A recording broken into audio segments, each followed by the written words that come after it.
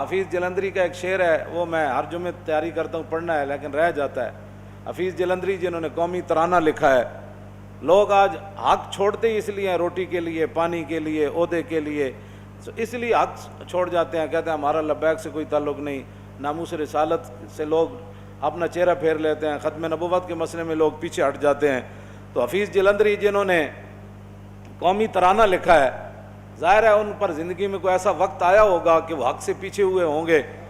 انہوں نے ایک شاعرانہ تعلی تو نہیں کی، شاعرانہ وہ شاعر اس طرح کے شاعر تھے بھی نہیں، ظاہر ہے کوئی موقع ایسا آیا ہوگا کہ انہوں نے حق بات نہیں کی ہوگی، تو انہوں نے خود کہا کہ میں نے حق چھوڑا تھا اندیشہ غربت سے حفیظ، میں نے حق چھوڑا تھا اندیشہ غربت سے حفیظ، سوچتا ہوں تو دل احساس سے ہل جاتا ہے۔ یار میں نے حق چھوڑا تھا اندیشہ غربت سے حفیظ، ہائے اس امر سے نہ تھی مجھے کچھ آگاہی، ہائے اس امر سے نہ تھی مجھے کچھ آگاہی، رزق تو اس دار میں کتوں کو بھی مل جاتا ہے۔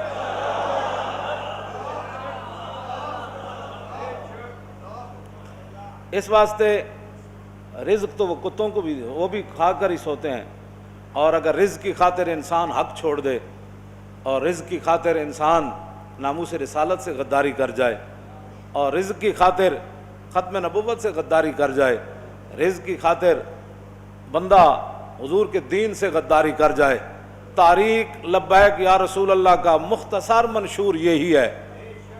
یہ انشاءاللہ ایسا کسی کے پاس بھی منشور نہیں ہے جو ہمارے پاس ہے منشور۔ ہمارا منشور اسلام، پاکستان اور عوام، ہمارا منشور بس سیدھا سادہ ہے، اسلام، اسلام کو غالب کرنے کے لیے پاکستان کو سپر پاور بنا کر، جی پھر پاکستان کی عوام خود نکلے گی حضور کے دین کا جھنڈا لے کر۔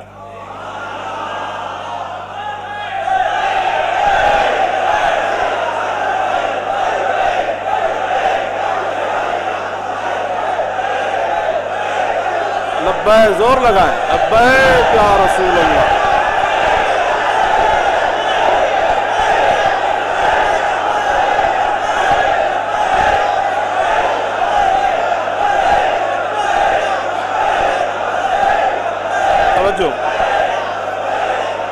توجہ، میں جو آپ سے بات کرنے لگا ہوں وہ یہ ہے کہ نبی علیہ الصلوۃ والسلام نے خود فرمایا کہ جنازے کے لیے مجھے بلایا کرو، صحابہ کو فرمایا کہ یہ قبریں بڑی اندھیری اور تاریک کے اندر مبتلا، اندھیر بالکل ان کے اندر ہوتا ہے، تاریک ہوتی ہیں، جب میں جنازہ پڑھاتا ہوں تو قبریں نور سے چمک جاتی ہیں۔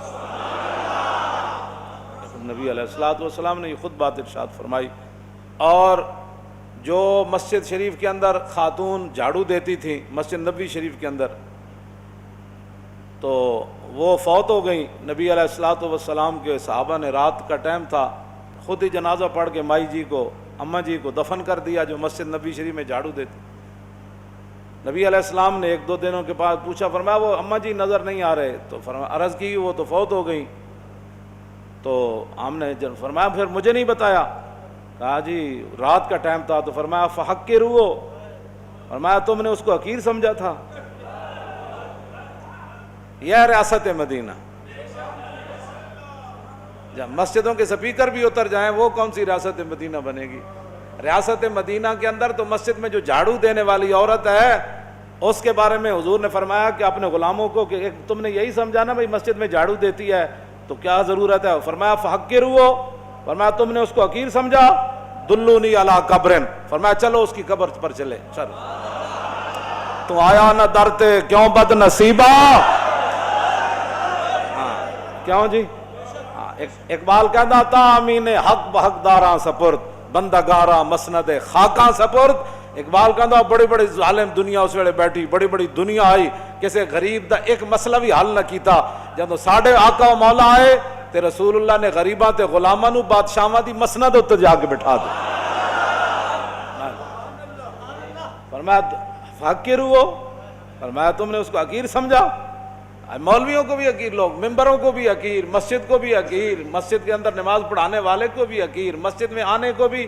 تو ریاست مدینہ تو یہ نہیں ہے، ریاست مدینہ وہی ہے جو رسول اللہ نے ریاست قائم فرمائی۔ ہاں اس کے اندر یہ بات تھی۔ حضور نے دوبارہ جا کر فصلی علیہ اربعن، حضور نے دوبارہ جا کر 4 تکبیر نماز جنازہ پھر پڑھی، اور پھر نبی علیہ الصلوۃ والسلام کھڑے ہو گئے ان کی قبر پر، فرمایا اماں جی اے دسو تے صحیح مرن تو بعد سب تو زیادہ ثواب کس چیز کا ملیا؟ تھوڑی دیر کے بعد نہ صحابہ نے وہ آواز سنی، دور و نزدیک کے سننے والے وہ کان، کار پاکاں را کیا سز خود مگیر، گرچہ باشد در نوشتن شعر و شیر، انبیاء را ہمچو خود برداشتن۔ یہ کیڑی بات ہے؟ نبیاں تے پیاراں دیاں گلوں اپنے تے قیاس کر دین بھائی اسمینو جی کچھ نہیں۔ حضور نے تھوڑی دیر تو بعد فرمایا ماں اماں جی پتہ ہے کی کہہ رہے ہیں؟ عرض کی جی کی کہہ رہے ہیں؟ فرمایا اے مایوری جواب، میں پوچھا بھائی کدا ثواب زیادہ ملیا؟ تے عرض کی تھی حضور مسجد جھاڑو دین دا ثواب زیادہ۔ تے مسجداں وچ آ کے لوگ فرعون تے مسجداں وڑدا ہی کوئی نہیں، تے پھر جو مسجداں جی چھوڑیاں کیوں جی؟ مینوں کئی رہندے وڈا سارا وہ بھی بڑھاواں گے انشاءاللہ، اسی انکار کوئی نہیں، وڈا سارا سیکٹریٹ ہونا چاہیے تے انج ہونا چاہیے تے انج ہونا چاہیے۔ میں انہوں کیا میں آکھا پوری دنیا نال حضور نے ٹکر لئی تے حضور مسجد ایک ستون نال بیٹھ کے تے وفد نال ملاقاتاں کردے سن۔ مسجد نبی شریف جڑے دور رسالت حضور تے ظاہری حیات کتنی بڑی سی، 2 سپر پاوراں حضرت عمر ڈھا دتیاں تے آپ دا کتنا وڈا جناب دفتر سی۔ ہاں جی اور مسجد نبی شریف ہی سی، آپ نے دور خلافت آپ گئے مسجد قباء، حضور نبی علیہ السلام دی سنت سی حضور ہر ہفتے مسجد قباء دی زیارت واسطے پیدل یا سواری تے تشریف لے جاندے سن۔ بعد جڑے خلفاء سن ابو بکر عمر عثمان و علی اے بھی اسی طریقے نال مسجد قباء دی زیارت کرن جاندے سن۔ تے حضرت عمر ایک دفعہ ہفتے زیارت کرن گئے تے ویکھیا تے جناب گرد و غبار پیا مسجد وچ، تے آپ نے تازہ کھجور دی شاخ توڑی تے 36 لاکھ مربع میل دے حکمران نے مسجد جھاڑو دیتا۔ ہاں جی سروری در دین ماں خدمت گری است۔ اقبال کہتا ہے ساڑھے آپ بادشاہی دا تصور اور کچھ بھی نہیں، اپنی پارٹیاں نہیں وہ پالیاں جانیاں۔ ہاں جی نہ پارٹیاں تے جناب منشور تے دستور تے جناب وہ گل اللہ رسول دی ہوندی۔ ہاں جی اپنی یہ جو اے پارٹی آ گئی ہوں اینے لٹنا ہے، پھر دوسری پارٹی آ گئی۔ ریاست مدینہ وچ ایک گل نہیں سی۔ ہاں جی ریاست مدینہ وچ ایک گل نہیں سی کہ پارٹی کٹی جاندی۔ فرمایا عمر کو بلاؤ، سیدنا صدیق اکبر نے جب پتہ چلا میں دنیا تو تشریف لے جانی تو فرمایا عمر کو بلاؤ، یہ نہیں فرمایا میرے رشتہ داروں کو بلاؤ۔ یہ تو گل ہی ہو رہی، ریاست مدینہ میں یہ بات نہیں ہوتی۔ ہاں جی تو جدوں صحابہ نے حضرت عمر دا صدیق اکبر انتخاب کیتا تو انہوں کہنے لگے اللہ نو جا کے کی جواب دو گے؟ ایڈا ڈاڈا بندہ تسی ساڑھے تے لا کے جا رہے ہو، ایڈا ڈاڈا بندہ۔ فرمایا تم مجھے اللہ سے ڈراتے ہو، یعنی گل تو صحابہ کر دیتی، انہوں نے کہا ایڈا ڈاڈا بندہ تسی لا کے جا رہے ہو، اے تو ساڑیاں کھلا لا دیں گے تواڈے بعد، ایک ہی تسی کرنے لگے ہو۔ فرمایا ہاں میں جس رب کے پاس جا رہا ہوں، رب نے اگر مجھ سے پوچھا نا کہ مسلمانوں کا والی کس کو بنا کر آئے ہو تو میں کہوں گا اس بندے کو بنا کے آیا ہوں جو سب سے بہتر بندہ تھا۔ فرمایا عمر کے بارے میں میرا گمان یہی ہے کہ عمر ٹھیک ٹھیک کام کرے گا۔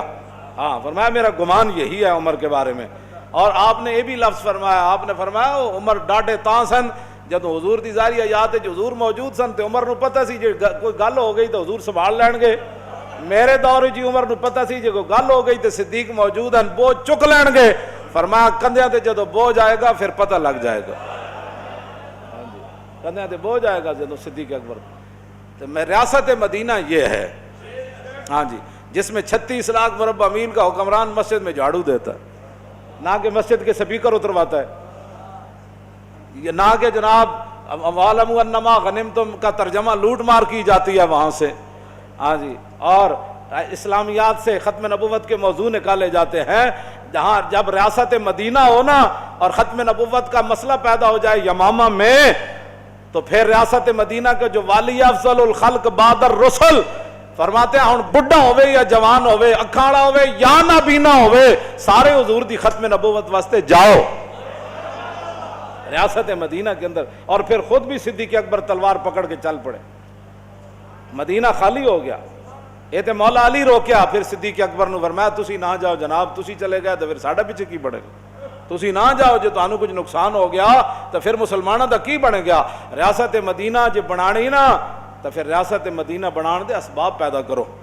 ہاں جی سانو دسو اسی بنانے ریاست مدینہ, اسی تہاڈی مدد کرتے ہیں, ریاست مدینہ کیویں بن سکتی؟ ہاں جی کیوں جی ساڑیاں گردناں تے پگڑیاں اساں کس واسطے رکھیاں؟ اے جسم کیڑیاں دے ویسے کھا جانا ہے, جے اسلام دے کم آ جائے تو اور کی چاہیے؟ کیوں جی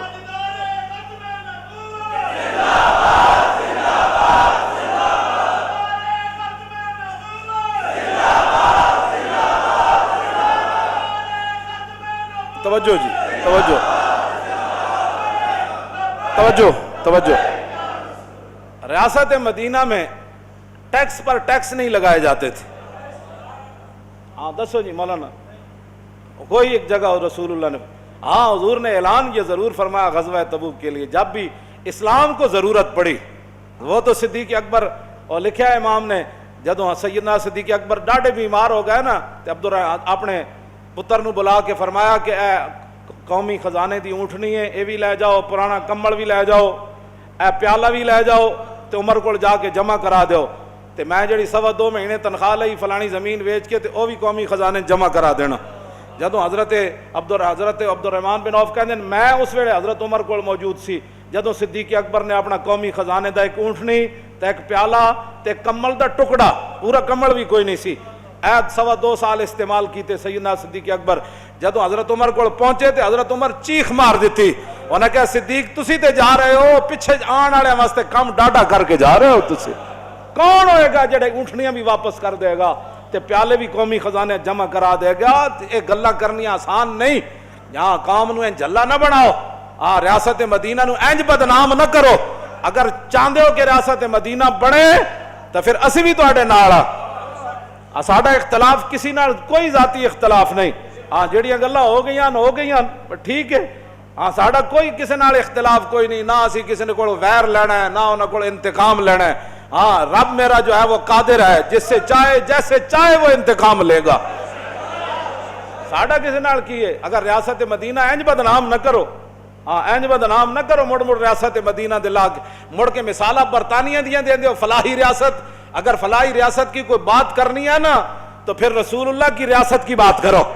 ہاں اوتھے تے ملکہ مدینہ پاک کیڑے جناب اتھے کوئی شادشاہی نظام سی, تو برطانیہ دی ریاست دی حوالے دے دیو, وہاں فلاحی ریاست ہے جہاں عورت جو ہے وہ ایک شہنشاہ ملکہ بنی ہوئی ہے.